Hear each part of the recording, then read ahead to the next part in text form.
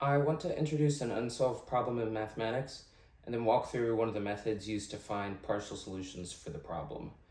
The problem is called the Kobon triangle problem, and the premise is really simple. Start with some number of lines in the two-dimensional Euclidean plane, and then arrange these lines to maximize the number of uninterrupted triangles. For example, this triangle is uninterrupted because there's no line passing through it.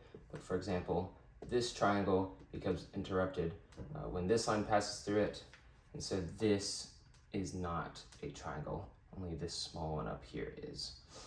The number of lines is described by k, so in this case k is equal to 7, for example, and then the number of triangles is described by the function in of k, which in this case is 11, because for 7 lines you can make a maximum of 11 triangles if you were to count all of the orange shaded regions. Similarly, here's 3 solutions for k equals 6, each have 7 triangles. The goal is to determine n of k for all k, or in other words, the maximum number of triangles for each number of lines. Now, it may be surprising to you that this is unsolved, and it was surprising to me too when I first came across the problem. But we don't even have a solution as early as k equals 14, and the 11-line case was only really recently found to be optimal by Pavlo Savchuk with the use of a SAT solver. The biggest surprise to me, though, was how little interest this problem seemed to have. The Wikipedia page for this problem was out of date by about a decade. For example, it listed k equals 10 as the first unknown case, even though the upper bound given in a 2008 paper showed the best known arrangement to be optimal. And in general, as I delved deeper into the problem, I noticed that not many people had worked on it. The reason this was so surprising is that the problem seemed to be so basic, which often draws people to desire an answer. If you're watching this video, I don't even think I need to give any examples of problems like that. My goal is to give the groundwork for ways to approach the problem, and specifically, I want to introduce an object called a pseudoline and show why it's such a potent concept for this problem. With it, I was able to find solutions for previously unsolved cases, specifically k equals 19 and k equals 31, and most of the other recent solutions have used similar methods. But at the end, I also want to highlight some other important ways for viewing this problem, because my other goal is simply to bring more attention to the problem in hopes that someone viewing this has some ideas of their own. I have a computer programming degree, but no math or science degree of any kind, and I was still able to find solutions due to the lack of serious work done on the problem, and I think it's time for that to change. I approached the problem with the intention of doing a brute force search through all possible arrangements of k lines, and then once it was working, I would start shrinking the search space with some additional algorithms. But the problem I immediately faced was that of classifying an arrangement of lines. So let's say we have one single line. Well, this can be described by an equation like y equals mx plus b, or any other sort of method like radians, angles. But the problem is that you can just move it around to an infinite number of positions. For example, I could just move it down, or I could move it down and turn it. There seemed to be an infinite number of ways to plot just a single line. And if I wanted to actually describe arrangements, I would need some way to show that this is equal to the same thing, but just drawn with lines at slightly different angles, right? Because they are essentially the same shape. They have the same number of triangles, right? 1, 2, 3, 4, 5, 6, 7, 8, 9, 10, 11. But the angles of the lines are slightly different, and so is their position. So how would I describe an arrangement of lines in a way that made some finite number of them so that I could search through all of the possible combinations? After some thought, I decided to describe the arrangement of lines by their intersections. To start, here's how I would assign a label to each line. Let's take arrangement like this. So this is 5 lines, and it can be turned at any angle, but no matter which angle it's initially turned at, I'm going to turn it so that one of the lines is completely vertical. So consider this line to be vertical. And what I would do is label it 0. So this is the 0 line. And from there, I would go from the top to the bottom and label all the lines in the order I cross them. So first I go to here, so that's line 1, and then I keep going to here, which is line 2. I keep going down to this one, which is line 3, and finally this one, which is line 4. But this comes with some things which need to be considered more carefully. What if 2 lines cross the 0 line at the same point, like this? Now, this and this cross at the exact same time, so wouldn't they both be 4? Also, what if there was a line that was parallel to the 0 line, like this? Because now it doesn't cross the 0 line at all, and so it wouldn't get a label, right? Now, there would still be a more clever way to label it. For example, if we just go from the left, we can see which one's on top after they cross, and then label from there, and then we can label parallel lines from left to right after we've already labeled the rest. But it did make me consider whether I needed to do any of that at all. For that, I'm going to go ahead and define the term simple arrangement of lines. A simple arrangement of lines is one which does not have 2 parallel lines and does not have 3 lines crossing through the same point anywhere. There's a reason I thought that intersection points would be sufficient for describing an arrangement for the case of counting triangles. I'll get into that later, but right now I want to show that at the very least we could always ignore cases with 2 parallel lines. So let's take 2 lines parallel and let's draw 2 more like this. You can see there's 2 triangles, and all the intersections that will ever occur between the lines that go on for infinity are in this region here. So we can go ahead and draw a box around this and then project the box into a trapezoid. In other words, consider it like a sheet of paper.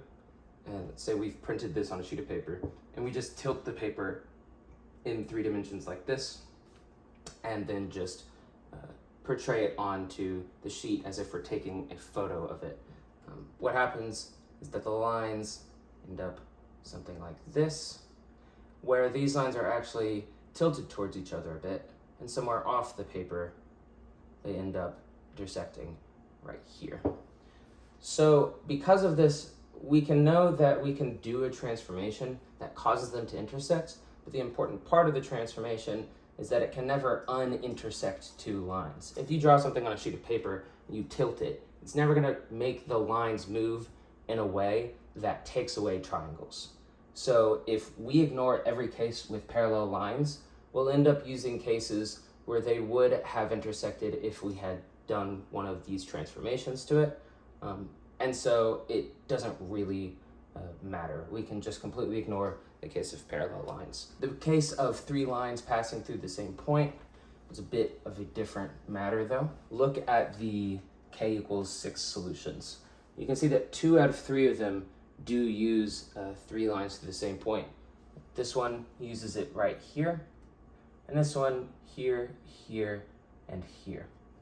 So that was a much less trivial thing to eliminate.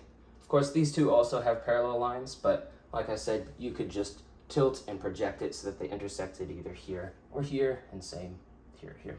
I would later read in a paper, which I've linked in the description, that for certain values of k, any arrangement which reached the upper bound would have to be a simple arrangement. More specifically, if k is odd and k mod 3 is 0 or 2, it not only must be simple, but it also must be something called a perfect configuration. Let me go ahead and write that out. So the mod operator is just the remainder of this value divided by this value. So k divided by 3, when it has a remainder of either 0, so it divides evenly, or of 2, then it has to be a perfect configuration. And then let me go ahead and draw a pretty simple perfect configuration right here. When I say line segment, I mean a piece between 2 intersections like this, but it can't be interrupted by another one. So this to this is not a line segment. This is and this is. And also this is not, for example, because it just goes on for an infinity, so this is not a line segment. And when I say it has to be the side of exactly one triangle, it just means this line segment is the side of this triangle, so is this one, and there is no triangle on the other side, so it's not like this, where this segment is the side for this triangle and this triangle. I've gone ahead and put the 9-line, 15-line, and 17-line solutions on the screen. They're all a little bit too complex to draw on the whiteboard, especially the 17-line solution, because you can see how random and sporadic looking it is. But for now, I'm gonna go ahead and define a perfect candidate. That's just a number which is odd, and that number mod 3 is either 0 or 2. That's to say, it can only reach the upper bound if it is a perfect configuration, but that doesn't necessarily mean that there is a perfect configuration for that number. Specifically, here's a list of some of the known solutions when I first found the problem. And you'll notice we've got 3 and 5, 15 and 17. They come in like these pairs with a gap, so 7 is not. But it goes 9, and then there's no 11. 11 is a perfect candidate. It's just that at that point, there had been no definitive proof whether or not there was an actual perfect configuration that had 11 lines. The 11-line case became my target because it was a perfect configuration. I wanted to see if perfect configurations had some sort of trick to them when making an algorithm to search through them. But first, I'm going to go ahead and return to the method of describing an arrangement of lines. Because k equals 11 was my target, and it would have to be a perfect configuration and therefore a simple arrangement to reach the upper bound, I decided I would simply ignore the case of non-simple arrangements and stick to what I had described when classifying an arrangement of lines. So I'm going to go ahead and create an example here, like that. So, like I said before, the vertical line is the 0 line, and I'll tilt it so that one of the lines becomes vertical. Then I'll go down and label it as I cross each line. This is 2, and we go down further for 3. This has 4 lines. So from there, there are actually a couple different ways that I thought of to describe the arrangement. I'm going to do the first one, which in my computer code I called a faux dict. It's only because it acted like a dictionary, even though it wasn't. I just used these as indices since they are the indice numbers. But I'll go ahead and write it out. So what I'll do is for the 0 line, I'll just go from top to bottom. I've already labeled it. I'm just going to write out 0. At 0, we have 1, 2, 3. For each other line, what I'm going to do is I'm going to sweep a vertical line like this across each of them and describe the order that they cross each other label. So for 1, we're going to go down. It crosses 0 first, then it crosses 2, and then it crosses 3. For line 2, first it crosses 3, then it crosses 0, and finally it crosses 1. And for 3, it crosses 2, and then 0, and then 1. So this is the structure that is used to describe this. Now, one of the important properties of this is that you can actually describe the triangles in this arrangement without even needing to look at it. I'm going to go ahead and look for one of them here. All right, and I'll just completely ignore this for a little bit. I'm going to point something out. Let's take 3 values. I'm going to do 0, 1, and 2. For each triplet, we're going to go to the list of each one and find where the other 2 are at. So in 0, here's 1 and 2, and 1, here's 0 and 2, and then 2, here's 0 and 1. we can actually determine that this is a triangle that we're looking at right here. Because for these three values, 1 and 2 are directly adjacent to each other, 0 and 2 are directly adjacent to each other, and 0 and 1 are directly adjacent to each other. 0 crosses 1 and then 2, 1 crosses 0 then 2, and 2 crosses 0 and then 1. Because they are each directly adjacent to each other in that pattern, it will always form a triangle. And so, if we create a table like this, we can count the number of triangles. We can see here there's only one other triangle. There's going to be here, here, and here with the 0 line, 2 line, and 3 line. Now, this way of describing the arrangement can have some duplicates. So for example, if I took a mirror image of this, it's obviously going to have the exact same number of triangles. Taking a mirror image can never change the number of triangles, but it would change the table that we wrote out, right? Same thing if we chose a different 0 line. For example, if we rotated this and chose this as our 0 line, you would get an entirely different table from this or the mirror. But at the very least, you still have a finite number because you can only do reflections and choose a different 0 line so many times before you have exact duplicates. So this is a very good step.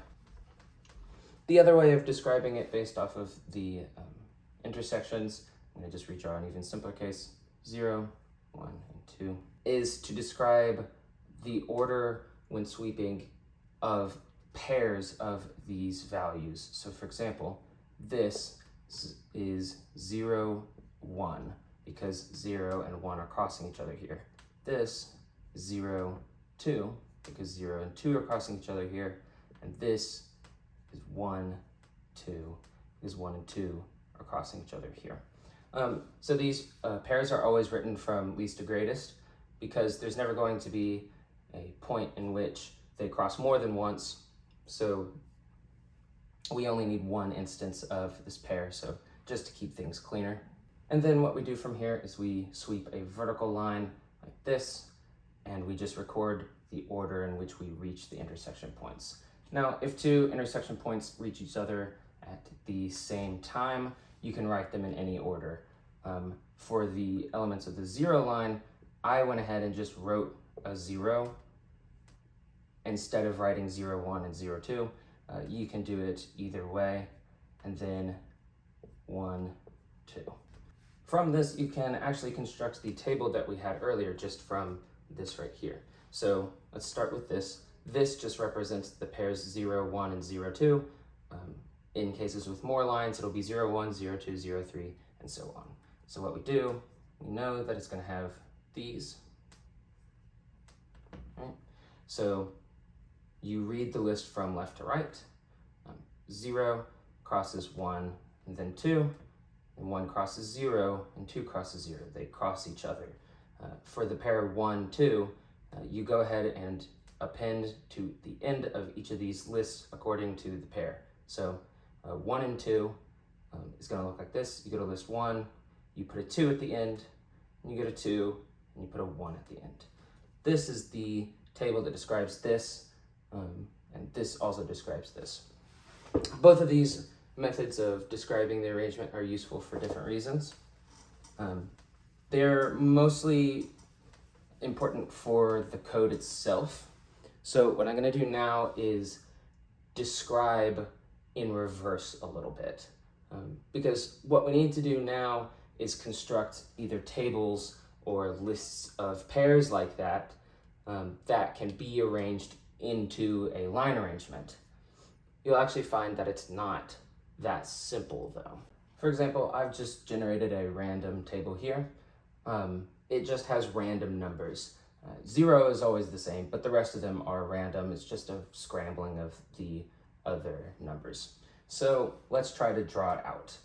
This is the method that you can draw out a diagram that is related to this, which I will define in a moment after I give this example. We start with the 0 line and know that it goes 1, 2, 3. I'll put the labels right here. For line 1, we can see that from left to right, it's going to cross through 0, which is good, and then it crosses through 3. So we go ahead and cross these. But in order to cross that, we know that 2 will eventually go somewhere. So 2 is either going to go this way or it's going to go this way. If it goes this way, then that would actually make 1 cross 2 right here before 3, so we know it has to go down through 3. Except we have a problem, because if we go to line 3, it starts here and then goes 0, 1. Well, it has the same predicament. It can't cross 1 before crossing 2 unless 2 crosses through 1 first. So we've run into a problem. If you just put random numbers in the table, even if they're the right kind of numbers, they often will make a nonsense object. That does not work. It's time to properly introduce the concept of pseudolines. A pseudoline is like a line, except it's not straight. In one way or another, it's curved or bent, but it has a lot of the same properties that lines have. Specifically, lines will only ever cross once unless they're parallel, when they don't cross at all. And because of that, a pseudoline can't cross more than once. So this cannot go through here, or else it is no longer a pseudoline. It also is infinite in both directions, so it can't end, for example, in the middle of here. It just has to go on. Now, this has most of the properties that lines have. You would think that that makes them pretty much the same. There are exceptions. I will go over that later because they are a big problem. In fact, it basically splits the problem into 2 separate problems that can be worked on independently. For now, though, let's go ahead and do the starting position that we know will always be the case. No matter how many lines we have, there's going to be a 0 vertical line. That's not quite vertical, but pretend it is. And then we're going to have some other lines like this. 1, 2, 3, 4. There we go. So because we know that the lines have to cross through another line to reach each other first, what we can do is actually describe it only as the intersections that happen directly above and below it. If we wanted to intersect 1 and 3, we would have to intersect either 2 or 3 first. And so instead of saying, let's try to swap 1 and 3, we say swapping 1 and 3 are not allowed because they are not next to each other vertically. What we can do instead is swap 1 and 2 like this, where we draw each line as a series of parallel lines, but with swaps like this that represent the intersections of the line. Once these have swapped, now 1 is here, and we can swap 1 and 3 like that, and we end up getting 2 here, 3 here, and 1 here. This method of drawing parallel lines and then swapping them with an X is called a wiring diagram. But wiring diagrams don't usually have this 0 line. Normally, wiring diagrams are only series of parallel lines like this with crossings, similar to the ones that we're drawing now. Do that. But there's no vertical line like this. Instead, we simply start by labeling them like this. Both of these are arrangements of pseudolines because they act like lines in a lot of ways, but they are bent, They are not fully straight, but they represent how you would end up straightening them. Now, the wiring diagram has already existed for a long time. I didn't know it existed until I had already developed my alteration of it, which I called internally in my script the Pillarman diagram, because of the pillar-like line that goes through here. The difference is that with a wiring diagram, you start with the line labels like this, and then you only add swaps this way. You don't add on this side. For the Pillarman diagram, you do end up adding swaps to both sides. There are also a couple differences when it comes to their advantages and disadvantages.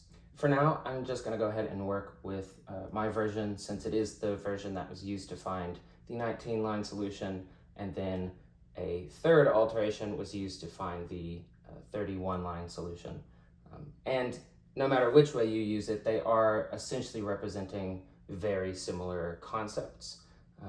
And those concepts are the important part anyways. So first of all, I'm going to introduce the handshake problem. It asks, if you have some number of people in a room and they all shake hands, how many handshakes occur in that room? Let's say you have 10 people and each person shakes hands. Well, if you start trying to count and you take the first one, they shake hands with 9 other people. So 10 minus 1. If you go to the second person though and see how many they've shook hands with, they also shook hands with 9 people, but one of them we've already counted because it was with the first person. So that's actually 8 people for the total, at least if we're counting. For the third person, it's 7 people, and you add all of that up. And that equation actually looks like n times n minus 1 over 2. The reason this is important is because in a simple arrangement, because no 2 lines are parallel, every line handshakes every other line by intersecting them exactly once. You can actually describe the number of intersections, or in this case swaps or crossings, by the number of handshakes of the lines. So this is an instance where no 2 lines are parallel. Because of that, we can use this equation to discover how many points of intersection there are. 7 times 7 minus 1 is 6 times 7 for 42, divided by 2 is 21. Now if you're to count all of the points of intersection, you're going to count up 21 of them if you actually properly count them, which isn't the easiest thing to do, surprisingly. I don't even know if I hit all of them. But this is actually just about the most important property of this entire strategy. And the reason why is because every handshake can be described by an ordered pair, just like we described earlier. For example, 0 and 1, 0 and 2, 0 and 3, 0 and 4. Those are 4 different handshakes.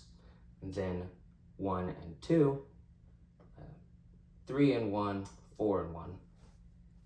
Every time that there is one of these X-shaped swaps, you can record a swap like this. You can do it ordered to describe the whole thing, or you can just do it in any order to determine which swaps can and cannot occur. The reason why is because once 1 and 2 have swapped, picture it like moves in some sort of board game. Once they've swapped, they can never swap again, because if they did swap again, even somewhere down here or over on this side, it would essentially create 2 intersections which are not allowed for pseudolines. However, they must swap at some point, because they also can't be parallel, since we're working only with simple arrangements. And because of this, we can know that for these 5 numbers, there is going to be a list of 1 and only 1 of every pair. So in this case, 5 take 2. There's going to be every instance of it exactly once. This is great because we can treat it like a board game.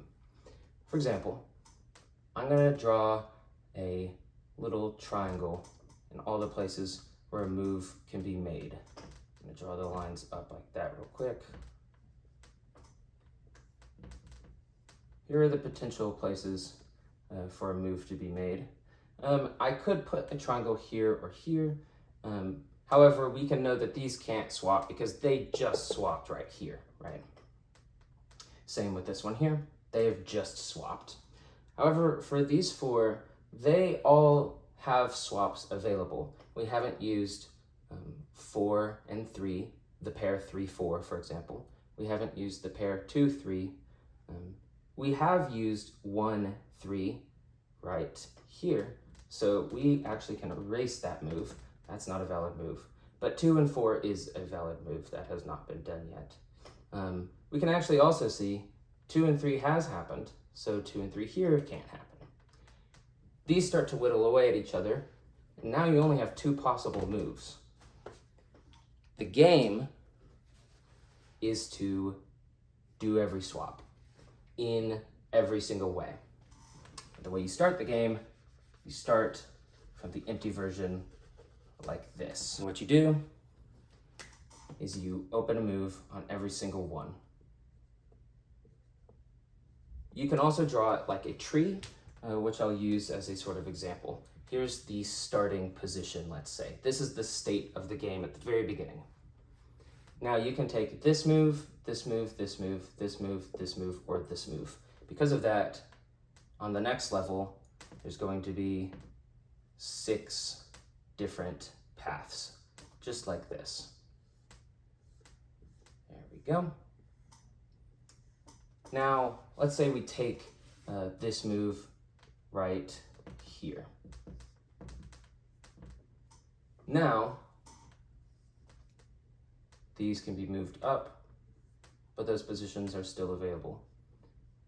But this one is taken away because it just happened here. So now there are 4 moves available. Let's say it's this one right here. 1, 2, 3, 4. The number of possible moves on each level increases very quickly because you have to do this sort of thing for every single possible previous swap. And then after that, you have to do it again. It does eventually, it blows up and then it comes back, right? Because eventually you start running out of moves left to do. You've already done most of them. And often you'll find that it is in a position where there are no available moves. That is the way you can search everything. This, doing it level by level like this, where you do every single level one at a time, is called a breadth first search. That is the type of thing I wanted to implement, and so this was perfect. I didn't have to draw it out like this, of course. I represented it all with numbers, just like lists of the pairs, the state that it's in vertically, for example. I'm not gonna go crazy into the programming side of it for right now. I want to demonstrate the mathematical object, but I'm not done. This makes every arrangement of lines that is simple, but I wanted to make every arrangement of lines that was a perfect configuration, which is a much stricter requirement. From the same paper that defined the perfect configuration, it also said that every time there was a perfect configuration, each line had an alternating pattern of triangles. And the number of triangles was the number of lines minus 2. I'm just going to show it as an example in this one, even though this is not a perfect configuration. 1, 2, 3, 4, 5. They alternate down this line. Now, it's not the case for every line here because, for example, here's this one. It goes 1, but then there's not one here, and then it alternates like that. This is actually called a near perfect configuration. It's like a perfect configuration, but there are exactly 2 unused segments. I will go over that at the end. For now, we're going to ignore the near perfect case and look at only the perfect case. For the perfect case, we know that they must all have this on every line, the alternating pattern back and forth, including the 0 line, which means that we can immediately open with these moves right here. Now this is our starting position, not just the empty 0 line, which is great for us because it goes ahead and does moves that we would have to make whole branches for. It very vastly reduces the amount that we have to search through. But this is the part that really brings it into scale. Let's go ahead and highlight the moves that are available right now. This isn't, and this isn't. This is, and this is, but let's go ahead and analyze to make sure the swaps haven't already happened. 1 and 3 hasn't happened. 2 and 4 hasn't happened anywhere. And then this one is 1 and 4, which also hasn't happened anywhere already. So at this point, we have 1, 2, 2, 3, 3, 4, and all the zeros, which is fine because we're never going to be swapping 0 with anything anyways. If I wanted to, I could go ahead and write out all the swaps that have occurred. I'm going to go ahead and do that real quick. All right, here I've written it out in no particular order. This isn't the order that would describe the arrangement, it's just the order in which I wrote it. To do the order of the arrangement, it of course would be 2, 3 first, and then you do the 0, and then 1, 2, and 3, 4 in either order for both of those since they are vertical.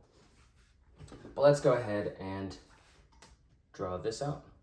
We have 3 moves available, so it's going to look something like this. And then we can take each of these paths.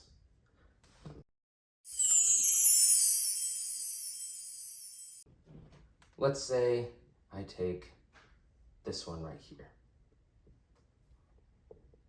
Now that move is no longer available. All right, now that was between 1 and 4, so we'll just put that here. Except, remember, this is a perfect configuration. For a perfect configuration, every segment is the side of exactly one triangle. So this is a segment.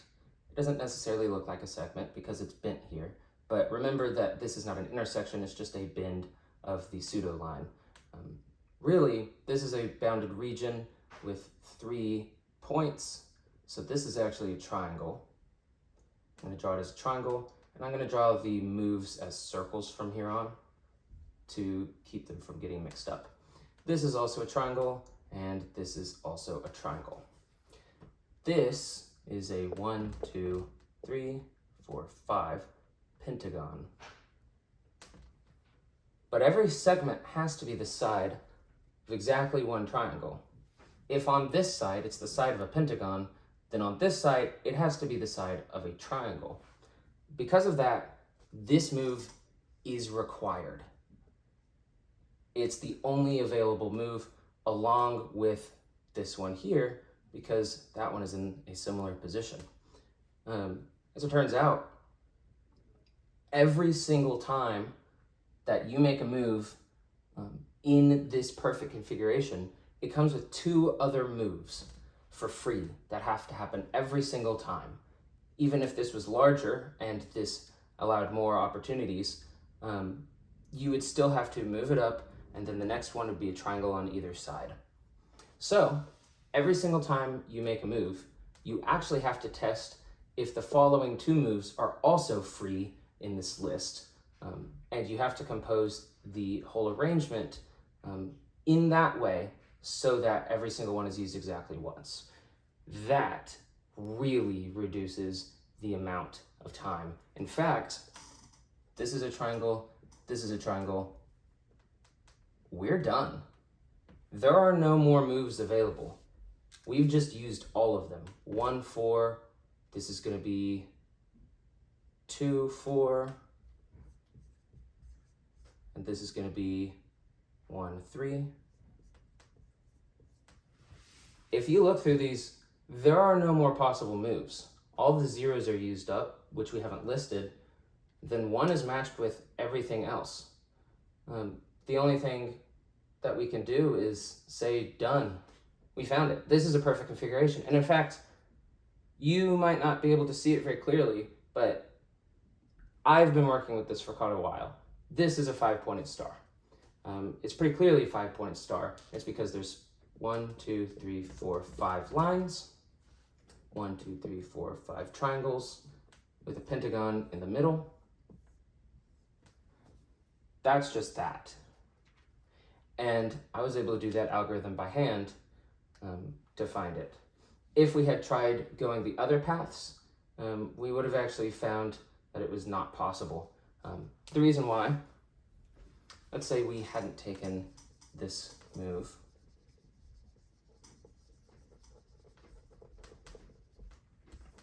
Let's instead try to take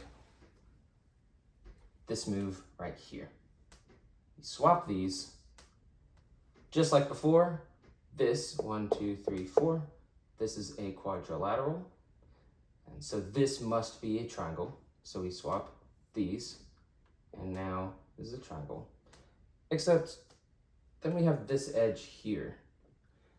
We can't make a triangle because there's nothing above to swap it with. So this isn't a valid move at all. We simply can't do it. We thought it was a valid move, but then when we tried to, it turned out that you can't resolve it into a perfect configuration. So it is not a legal move. So for 5 lines, it's done in a single move, as opposed to having to do it manually for every single individual one. All we can say is, well, these 2 moves don't work. This is the only move that's available at the start, and it immediately finishes the game. It's a very quick and easy game, and it did wonders. Once I finally actually got the script working, it was able to find the 15-line solution and the 17-line solution, but it was not able to find the 11-line solution. The reason why is because Pavlo Savchuk was able to eventually prove that there is no perfect configuration for 11 lines. I had known that I had found that, but there was nothing I could really do about it because I'm not a mathematician. I don't know how to write a paper or to prove that my algorithm worked 100%. Instead, I decided that the only way I would be able to have any recognized progress in the problem is to just straight up find a new arrangement that met the upper bound, where we didn't already know one. That is where the near perfect configurations came into play. Now, this section of the video is going to be a lot less formal. I'm just going to go ahead and go over some of the shortcuts I took that were based off of patterns that I saw. So this is a near perfect solution for k equals 7, because k equals 7 is a near perfect candidate. I'm going to go ahead and put on screen the k equals 13 solution. It is another one of the near perfect solutions. As it turns out, if you take the number and add 6, each time you'll find another arrangement that is a perfect candidate. So 7 plus 6 is 13, 13 plus 6 is 19. I was not able to optimize my algorithm enough to run the script for k equals 21. It was just too large, and I simply wasn't able to do it with the approach that I was using. Instead, I used an algorithm for near perfect arrangements, which did have these exceptions, which slowed the scripts down. But pull up the 13-line solution again. These both have mirror symmetry straight down the middle. They also both have this pattern where it's one triangle and then 2 connected, 2 connected, 2 connected, like that. Both of these were things that I noticed and became interested in. I implemented a mirror symmetry method of working, where I would turn this 90 degrees. This would be the 0 line. I'm not going to redraw it. But every time that a swap occurred anywhere up here, I would go ahead and do it down below at the same position. That's basically how it worked. I don't know if I have the code able to be posted anywhere. I did recently break my laptop. That is the reason I'm using a whiteboard. I had made a lot of visuals for this. I had it somewhat ready to go and was going to start recording for that soon.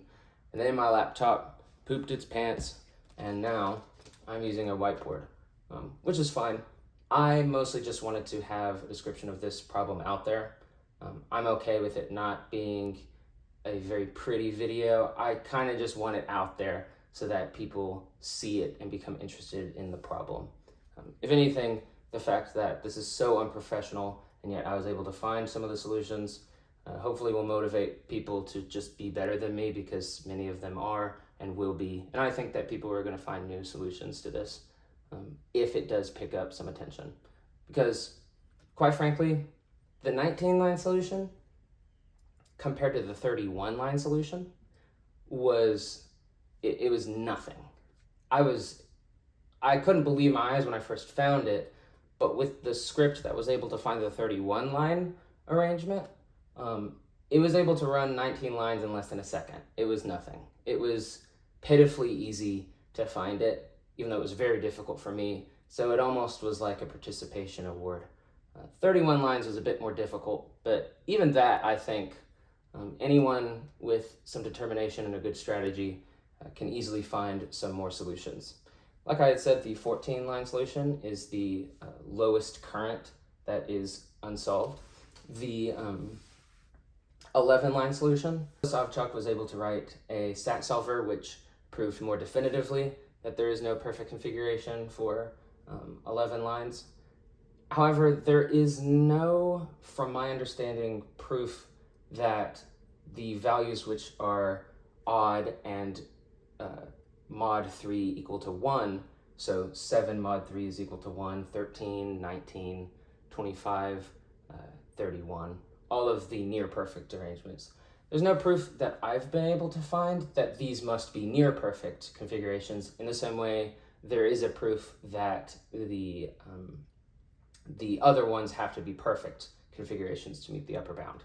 So one fairly easy thing to do if you do know how to write and publish papers is to prove that for odd values of k, where k mod 3 is 1, these must be near perfect to meet the current upper bound. And then the other approach that has the most promise is going to be the method of adding a substructure to an existing arrangement. I'm going to go ahead and put up the 13-line arrangement, and then next to it I'm going to put up the 25-line arrangement. You may have noticed that even though I was aiming for the near perfect arrangements, I did 19 and 31 but skipped over 25. The reason for that is because that one was actually already solved. I mentioned the infinite families earlier. 25 is part of an infinite family. The infinite families are structures that are added to existing ones, and you just add another structure every time. And it only works for certain arrangements as far as what's been able to find now, at least for straight lines. For pseudolines, you can add it to anything. That's also going to go into the problem of stretchability for pseudolines, which at this point you can tell it's nearing the end of the video. I'm not touching a lot of the difficulties of this problem. Pseudoline stretchability is really, really, really hard. If you plan on trying to prove the 14-line case, you may not run into the problem of stretchability. I didn't run into it for 19 lines, but I did run into it for 31 lines. The problem with stretchability is just given an arrangement of pseudolines that is able to fulfill all the properties it should, so it handshakes exactly once with everything, you can then straighten each line back into a line arrangement. You would think it's trivial. I mean, it was for the case with 5 lines that we showed earlier, and the first case where it's not possible is with 9 lines. The problem is that the number of pseudolines increases much more quickly than the number of arrangements of lines, to the point where I had to search through thousands of arrangements of pseudolines with 31 pseudolines that had the maximum number of triangles just to find a single stretchable arrangement of pseudolines. It was rough. It took a very long time. When I said this problem could be broken into 2 parts, for this approach, the 2 parts are make an algorithm that is able to find arrangements of pseudolines which are perfect configurations, and then the problem of stretchability of pseudolines. So given some pseudoline arrangement, stretch it into straight lines, or prove that it's not possible. These are both difficult problems, and the former especially has a lot of promise. There has been more work on the latter than the former, obviously, because the problem of stretchability is its own problem that is studied outside of the Kobon triangle problem.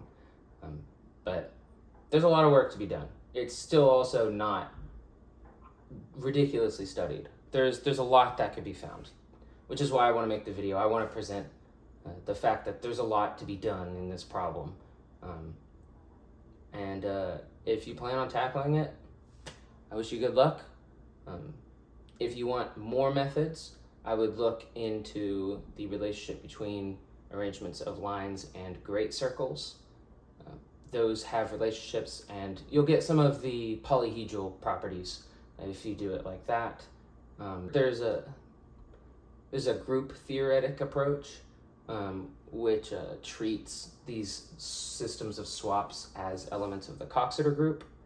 And then there's also the method of oriented matroids, which is a bit dense, but in practice it isn't too bad. In fact, the SAT solver that Pavlo Savchuk was able to use, he used it to prove that the 11-line case had no perfect configuration, but it's also what found the 23-line solution and the 27-line solution. He was able to find both of those with the same SAT solver.